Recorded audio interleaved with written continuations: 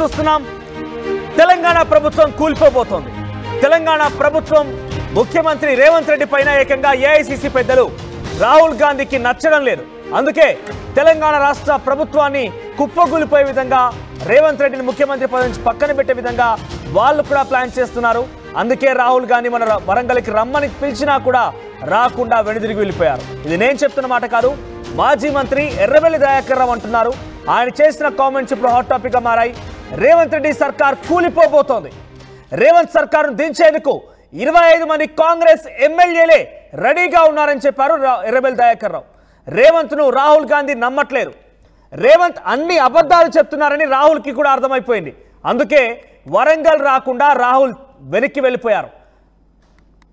అసలు కేసీఆర్ ఎందుకు వదులుకున్నామని జనాలు కూడా బాధపడుతున్నారు అని ఎర్రబెల్లి దయాకర్ రావు మాట్లాడుకొచ్చారు.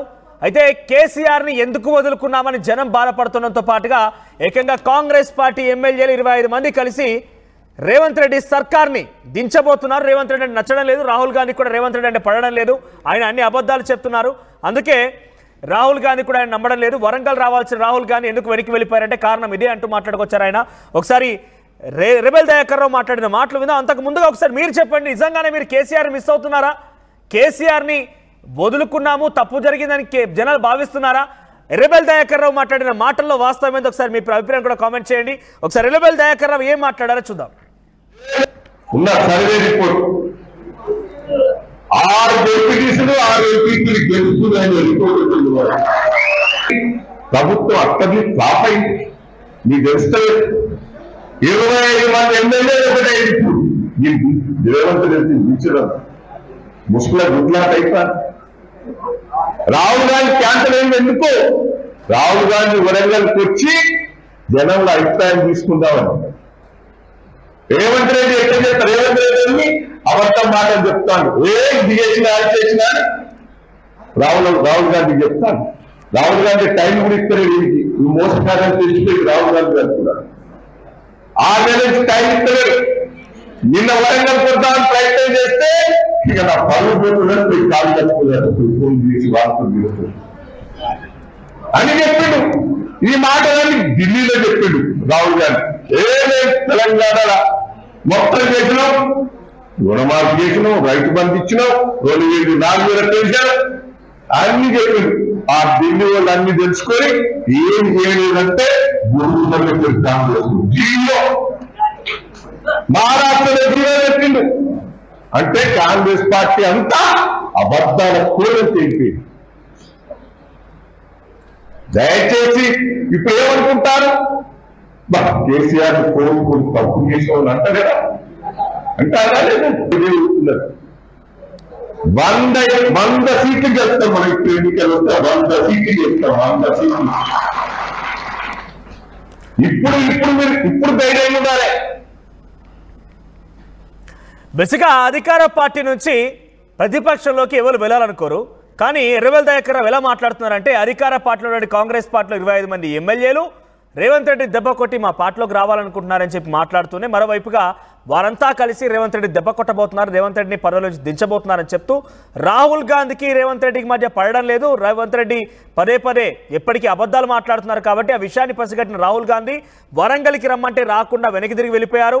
ముఖ్యమంత్రి పదవి నుంచి రేవంత్ రెడ్డిని తప్పించడంతో పాటుగా ప్రభుత్వం కూడా కూలిపోబోతోంది. జనాలు కూడా కేసీఆర్ని ఎందుకు పక్కన పెట్టామా అని ఆలోచిస్తూ బాధపడుతున్నట్టుగా ఎర్రబెల్లి దయాకర్ రావు మాట్లాడుకొచ్చారు. నిన్న ప్రతిపక్ష పాత్ర పోషించడానికి అసెంబ్లీలో ప్రతిపక్ష నాయకుడు లేదంటూ కాంగ్రెస్ పార్టీ ఆరోపించింది. బేసిక్గా మాజీ మంత్రులు అందరూ కూడా సైలెంట్ అయిపోయారు. ఒకరిద్దరు మినహా అందరూ కూడా ఇంట్లోనే ఉంటున్నారు. పెద్దగా బయటకు వచ్చి ప్రతిపక్ష పాత్ర పోషించాల్సిన వారంతా కూడా సైలెంట్ అయిపోయారు. కానీ ఎప్పుడో ఒక్కసారి ఉన్నపలంగా బయటకు వచ్చి ప్రభుత్వం కూలిపోతుందని అంటే ఆ బీఆర్ఎస్ పార్టీ నుండి ఎమ్మెల్యే కాస్త కాంగ్రెస్ పార్టీలోకి వస్తుంటే మళ్ళీ ప్రభుత్వం కూలిపోతుందని ఈ బీఆర్ఎస్ పార్టీ నాయకులు మాట్లాడడం కొంత హాస్యాస్పదంగా ఉంది. మరి నిజంగానే ఎర్రబెల్లి దయాకర్ రావు మాట్లాడిన మాటల్లో ఆ చర్చ జరుగుతుందా ఏంటి అనేది మాత్రం కాంగ్రెస్ పార్టీ స్పందిస్తే కానీ తెలియదు. మరిన్ని అప్డేట్స్ మధు అందిస్తారు. మధు, ఏంటి ఏం జరుగుతుంది? ఎర్రబెల్లి దయాకర్ ఉన్నప్పటి వరకు సైలెంట్గా ఉన్నారు. బేసిక్గా ఆయన మీద ఎప్పటికీ సోషల్ మీడియాలో ఒక కామన్ ట్రోల్ నడుస్తూనే ఉంది. 25 ఏళ్ళ రాజకీయ చరిత్ర గలటువంటి ఎర్రబెల్లి దయాకర్ 25 ఏళ్ళ అమ్మాయి మీద ఓడిపోయాడంటూ కూడా ట్రోల్ జరుగుతూనే ఉంది. ప్రతిపక్ష పాత్రకు సంబంధించి అటు ఉంచితే ఆయన ఎక్కడా స్పందించకుండా డైరెక్ట్గా ఎర్రబెల్లి దయాకర్ రావు ఇప్పుడు ఈ కామెంట్స్ చేయడం పైన ఎటువంటి రియాక్షన్స్ ఉన్నాయి? ఆయన కామెంట్స్లో ఎంతవరకు వాస్తవం ఉంది అనుకోవాలి?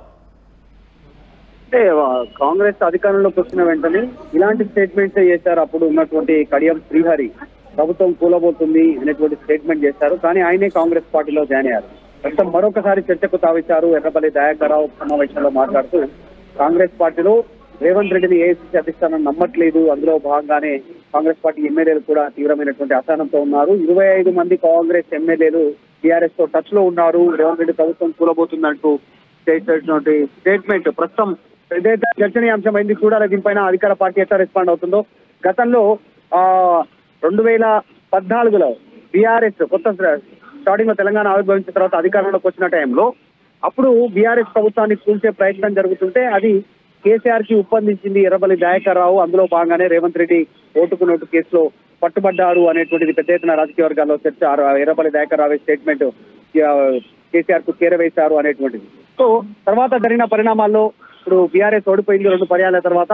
మళ్ళీ ఇప్పుడు ఇలాంటి స్టేట్మెంట్ రావడంతో కాస్త చర్చ జరుగుతా ఉంది. రేపు 19వ తారీఖు కేసీఆర్ సభ ఉంది, సమావేశం ఉంది. కాంగ్రెస్ బీఆర్ఎస్ పార్టీ నాయకులతో కాంగ్రెస్ పైన యుద్ధం ప్రకటిస్తామని స్టేట్మెంట్ చేస్తా ఉన్నారు. ఈ నేపథ్యంలో ఈ స్టేట్మెంట్ పెద్ద ఎత్తున చర్చనీయాంశం అవుతా ఉంది మనది. రైట్ మధు, సో ఇప్పుడు ఈ విషయం పైన కాంగ్రెస్ పార్టీ నుంచి ఎటువంటి రియాక్షన్ వచ్చే అవకాశం ఉంది? ఎగ్జాక్ట్లీ ఇప్పుడు అధికార పార్టీ ఎట్లా రెస్పాండ్ అవుతుంది అనేటువంటిది కాస్త ఆసక్తిగా ఉంది. గతంలో ఆల్రెడీ 10 మంది ఎమ్మెల్యేలు బీఆర్ఎస్ నుంచి గెలిచినటువంటి వాళ్ళు కాంగ్రెస్ పార్టీలో ఉన్నారు. వాళ్ళంతా టెక్నికల్ గా బీఆర్ఎస్ లో గుర్తిస్తున్నప్పటికీ కూడా వాళ్ళు కాంగ్రెస్ పార్టీలో చేరిపోయారు. ఆల్రెడీ ఒకరు పిఎస్సీ చైర్మన్ తీసుకోగా మరొకరు ప్రభుత్వ సలహాదారుగా తీసుకున్నారు. ఇలా ముందుకు పోతా ఉన్నారు. మరొకరైతే ఎంపీ అభ్యర్థిగా కాంగ్రెస్ పార్టీ ఎంపీ అభ్యర్థిగా పోటీ చేస్తారు ఖైరతాబాద్ ఎమ్మెల్యే దానం నాగేందర్. ఇలా జరుగుతున్న నేపథ్యంలో మళ్ళీ చర్చకు తావిస్తా ఉంది. మొత్తం 2/3 లీగల్ గా బీఆర్ఎస్ ఎల్పీని కాంగ్రెస్ పార్టీలో విలీనం చేసుకుంటే కనుక ఎలాంటి న్యాయపరమైనటువంటి చిక్కులు ఉండవు అనేటువంటిది ఆలోచిస్తా ఉన్నారు. ఎందుకంటే బీఆర్ఎస్ వర్కింగ్ ప్రెసిడెంట్ కేటీఆర్ సుప్రీంకోర్టును ఆశ్రయించారు. ఈ అసమ్మతి అనేటువంటిది కల్వ సుజాత గారు వచ్చారు. కల్వ సుజాత కార్పొరేషన్ చైర్మన్. ఇప్పుడు ఆవిడ ఒకసారి ఎర్రబెల్లి దయాకర్ రావు వ్యాఖ్యలపైన తను ఏ విధంగా స్పందిస్తుందో తెలుసుకుందాం. ఎస్ సుజాత గారు, ఎలా చూస్తారంటే ఎర్రబెల్లి దయాకర్ రావు అంటున్న మాట ఏంటంటే 25 మంది కాంగ్రెస్ పార్టీ ఎమ్మెల్యేలే రేవంత్ రెడ్డిని ముఖ్యమంత్రి పదవి నుంచి తప్పించడం సిద్ధంగా ఉన్నారట. రాహుల్ గాంధీకి రేవంత్ రెడ్డికి మధ్య పడడం లేదు. రేవంత్ రెడ్డి పదే అబద్ధాలు ఆడుతున్నారని చెప్పి రాహుల్ గాంధీ వరంగల్ రావాల్సిన ఆయన వెనక్కి తిరిగి వెళ్ళిపోయారట. సో మీ అభిప్రాయం ఏంటి? ఫస్ట్ ఆఫ్ ఆల్ 25 మంది ఎమ్మెల్యేలు వీళ్ళ పార్టీలోకి వస్తున్నప్పుడు వీళ్ళు పవర్ లోకి వస్తారా అది చూడండి. వీళ్ళ దగ్గర ఉన్నదంతా బలగం ఎంతనో ఒకసారి చెప్పాలి. అధికారంలోకి వచ్చేటంత బలం ఉన్నదా 25 మంది వస్తే అనేది సోయి ఉండి మాట్లాడుతున్నాడా సోయి లేకుండా మాట్లాడుతున్నా అది చెప్పండి. లేకపోతే మన బీజేపీతో చేయగలిపి వాళ్ళు మేము కుమ్మక్క అయిదాము మీరు 25 మంది రండి అని ఏమైనా గాలి వేస్తున్నాడా ఈ ఎర్రబెల్లి దయాకరు? ఒకసారి ప్రజలకు తెలియాల్సినటువంటి అవసరం ఉన్నది. ఎవడన్నా అధికారం వదిలేసి ప్రతిపక్షాల్లోకి పోతారు అని మళ్ళీ ఇదే పాట మళ్ళీ ఇదే మొదలు పెట్టిర్రు.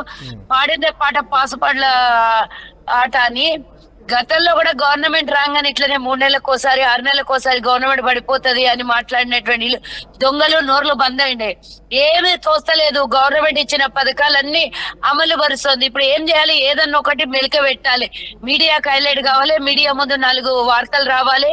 నేను లైమ్ లైట్ లో ఉండాలి. కేసీఆర్, హరీష్ రావు, కేటీఆర్, కవితనే లైమ్ లైట్ లో ఉంటే ఎట్లా? అప్పుడప్పుడు పాడిగట్టిన పాడి కౌశిక్ రెడ్డి లైమ్ లైట్ లో ఉంటే ఎట్లా? నేను కూడా ఉండాలి కదా అనుకొని 4 మాటలు మాట్లాడుతున్నటువంటి ఎర్రబెల్లి దయాకర్కి ఒక చిన్న పిల్ల ఓడగొట్టింది. సిగ్గు పెట్టుకోమను, ఫస్ట్ సిగ్గు తెచ్చుకోమను. నువ్వు చేసినటువంటి అరాచకానికి ఆడపిల్ల చిన్న పిల్ల నెల రోజుల ముందు టికెట్ ఇస్తే అధికారంలోకి వచ్చి ఈ రోజు నిన్ను ఓడగొట్టిండ్రు. అది గుర్తు చేసుకో.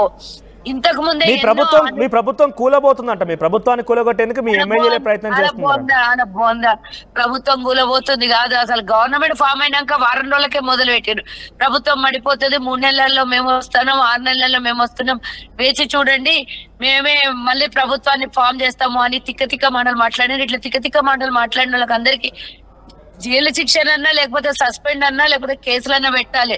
ఎందుకంటే మళ్ళీ ప్రజలకు భయభ్రాంతులను గురి చేస్తూ టాపిక్ ని డైవర్షన్ చేస్తూ కేటీఆర్ పోయి కొడంగల్ ఏదో ఉద్ధరించేసి వస్తానని ఏదో ఫాల్తూ వీడియో 2018 వీడియో పెట్టి హైలైట్ చేసినట్టు వీళ్ళన్ని పనికి మాలిన ముచ్చట్లు మాట్లాడుతుంటారు. ఈరోజు నేను అడుగుతున్న ఎర్రబెల్లి దయాకర్కి నీ ఉనికి కోల్పోయింది అని అందరు నిన్ను మర్చిపోతున్నారు అని ఇలాంటి వ్యాఖ్యలు చేస్తే మీడియా దీన్ని పర్టికులర్ గా తీసుకొని మాట్లాడుతుందనే ఉద్దేశమా, లేకపోతే ఇంకేమన్నా దురుద్దేశం ఉందా నీకు? ఒకసారి ఆలోచించుకో. మీ దగ్గర ఉన్నటువంటి ఎంతమంది ఎమ్మెల్యేలు ఉన్నారు? గెలిచిన వాళ్ళు 39 మంది, అల్ల నుంచి 10-15 మంది ఆల్రెడీ వెళ్ళిపోయారు బయటికి. ఇక మీరు దగ్గరికి ఒకవేళ 25 మంది ఎమ్మెల్యేలు వచ్చినా మీరు గవర్నమెంట్ ని అంటే మళ్ళీ మీరు గవర్నమెంట్ ఫామ్ చేసే అవకాశం మీ బతుకులకు ఉన్నాయా? ఏ విధంగా 25 మంది వస్తారంటే జనం కూడా అంటే రెబెల్ దయాకర్ రావు మాట్లాడిన మాటలు ఏంటంటే జనం కూడా కేసీఆర్ ని ఎందుకు పక్కన పెట్టామా, కేసీఆర్ ఎందుకు కోల్పోయామా అని ఒక బాధలో ఉన్నారంటూ మాట్లాడుతున్నారు ఆయన. ఎందుకు కోల్పోయినావు కాదు, ఫామ్ హౌస్ లో నుంచి దరిద్రుని బయటికి తీసుకొచ్చే పని పెడితే బాగుండు, ప్రజలు తిట్టి అయినా సరే అని అనుకుంటున్నారు. అంతేకాకుండా కేసీఆర్ ఫామ్ హౌస్ లో నుంచి బయటికి రాడు, ఒక్కొండి కూడా ప్రజల్ని కలిచాడు. ఈరోజు మా ముఖ్యమంత్రి 14 గంటలు శ్రమిస్తూ అహర్నిశలు మేము ఇచ్చినటువంటి హామీలు నెరవేర్చాలి, మేము ఇచ్చినటువంటి వాగ్దానాలు నెరవేర్చాలని దానిలో నిమగ్నం అయిపోయినటువంటి మా ముఖ్యమంత్రి, మా మంత్రివర్గము, మా నాయకులంతా పల్లెనోడు ఏదో పాస్పోర్ట్ దోమినట్టు ఈ రోజు వచ్చి ఏదో మాట్లాడుతున్నాడు.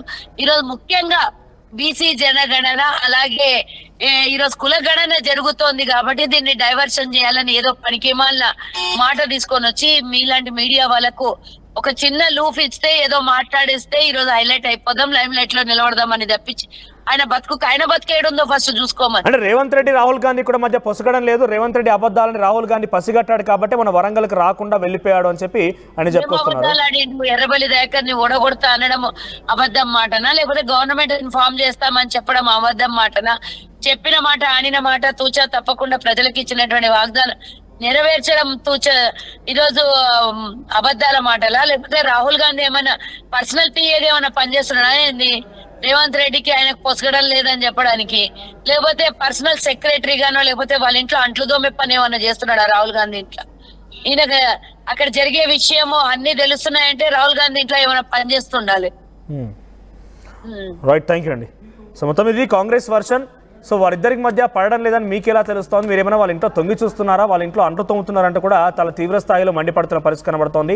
మరి ఈ వ్యాఖ్యల్ని కాంగ్రెస్ పార్టీ ఇంకా ఎలా సీరియస్గా తీసుకుంటుంది? 25 మంది కాంగ్రెస్ పార్టీ ఎమ్మెల్యేలే రేవంత్ రెడ్డి ప్రభుత్వాన్ని కూల్చబోతున్నారు, రేవంత్ రెడ్డికి వ్యతిరేకంగా పనిచేస్తున్నారు. రాహుల్ గాంధీకి రేవంత్ రెడ్డికి మధ్య పడడం లేదు, రేవంత్ రెడ్డి రాహుల్ గాంధీకి మాటలు పొచ్చగడం లేదు. రేవంత్ రెడ్డి అబద్ధాలు ఆడుతున్నాడు కాబట్టి ఆయన వరంగల్ రాకుండా వెనక్కి తిరిగి వెళ్ళిపోయారంటూ రెబెల్ దయాకర్ రావు మాట్లాడు. ఒకసారి రెబెల్ దయాకర్ రావు ఏం మాట్లాడారు మళ్ళీ చూడండి, మీ అభిప్రాయం కూడా కామెంట్ చేయండి. మళ్ళీ నేను రెబెల్ దయాకర్ రావు మాటలకు సంబంధించి అభిప్రాయం చెప్పే ప్రయత్నం చేస్తాను. చాలా మంది కూడా ఈ విషయం పైన చాలా సీరియస్గా తీసుకున్నారు కాంగ్రెస్ పార్టీ.